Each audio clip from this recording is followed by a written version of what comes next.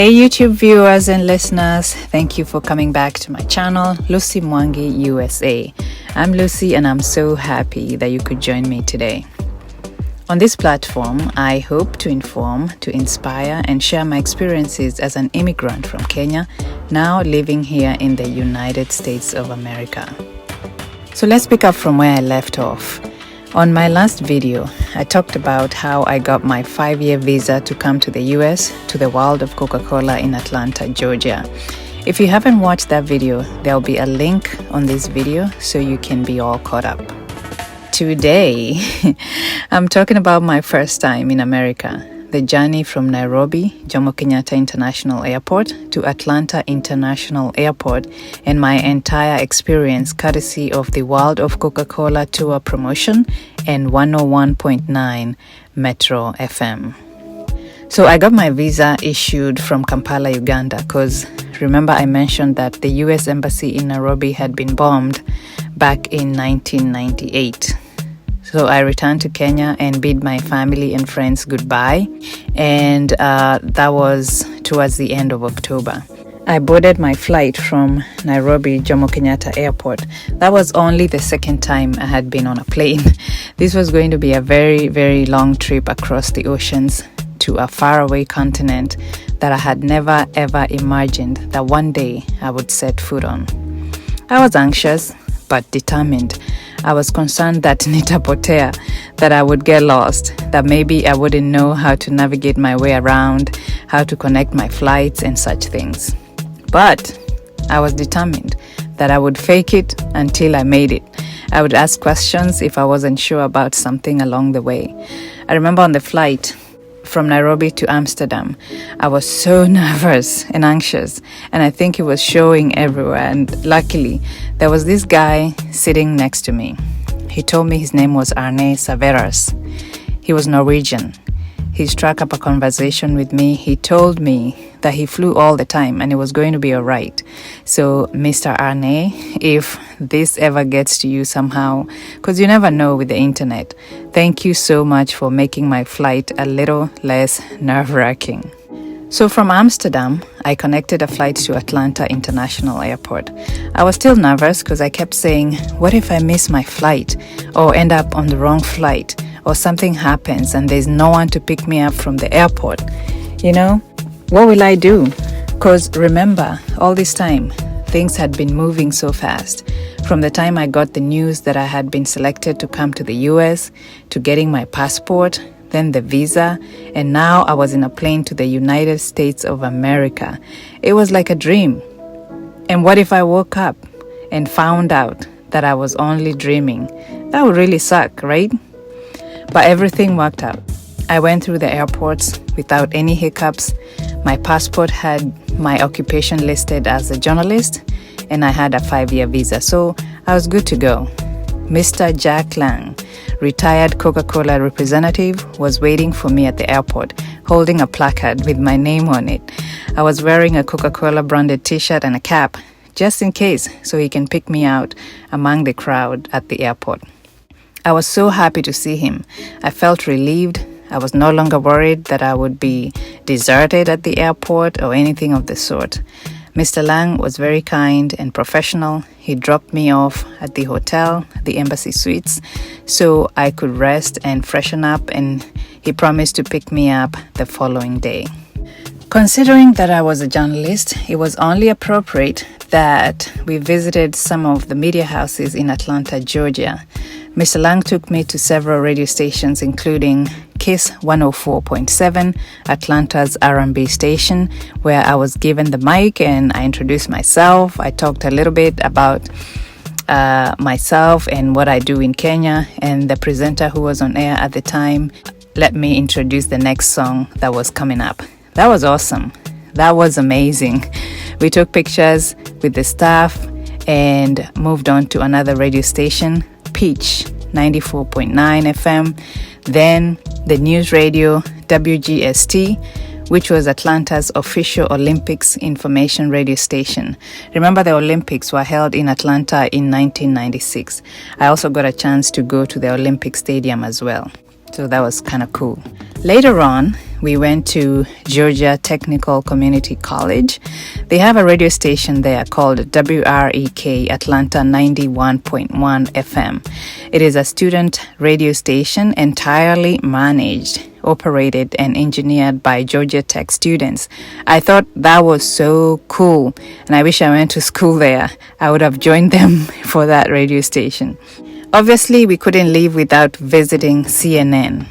We took the CNN studio tour and sat with the audience during one of the shows. Everything was so surreal. We literally spent a whole day visiting media houses. Back I was like, how can I work here one day? I'm really loving it here in America. Obviously, we went to the world of Coca-Cola in Atlanta, Georgia, and took the guided walking museum tour of the history of Coca-Cola with cool stuff to see, vintage advertisement signs, vending machines. We got to smell and taste different kinds of Coca-Cola beverages from all over the world. There was a gift shop with cool things and walls in each exhibit with very interesting Coca-Cola history. Needless to say, we took so many pictures, including one of the famous Coca-Cola polar bear. I was in awe because that was actually the very, very first place I had visited in America. It was awesome. It was so much fun. On a Sunday, we went to Cathedral of Christ the King Church. This is a mixed-race Catholic church, and the reverend at the time was Martin Kalu from Nigeria. He took time to talk to us and told us about himself and the church. Then we went to Ebenezer Baptist Church. This is a church which is famous because Reverend Martin Luther King Jr. was a pastor there for many, many years. It felt so surreal to be inside that church. I felt like I was really experiencing a piece of American history, and I'm grateful that I was able to do that. So I'm sure you're probably asking, Kwani, you didn't do anything fun? Well, yes, I did. On one of the evenings, Mr. Lang said to me, you need to wake up early tomorrow morning because we'll be going to Six Flags Amusement Park. I didn't know what that was, but I was like, okay. So the following morning, he drives me to this huge amusement park called Six Flags over Georgia. Besides the Nairobi Agricultural Showgrounds, I had not been to such things, and that's not even an amusement park. That place was huge, with so many roller coasters, water slides, festivals, food and games, animal experiences, music. It was such a fun experience for me. It was the very first time I went on a roller coaster. I wasn't afraid at first because I had not experienced it before. So I got on several rides, but then Mr. Lang said to me, he asked me, how brave are you feeling? He was like, I know you've been on different roller coasters and water slides, but how brave are you feeling? And I said to him, I think I'm good. What's up? He was like, okay, then you should try the free fall. So I said, okay. My friend, I wasn't ready for all that. This was a record-breaking drop ride with breathtaking views.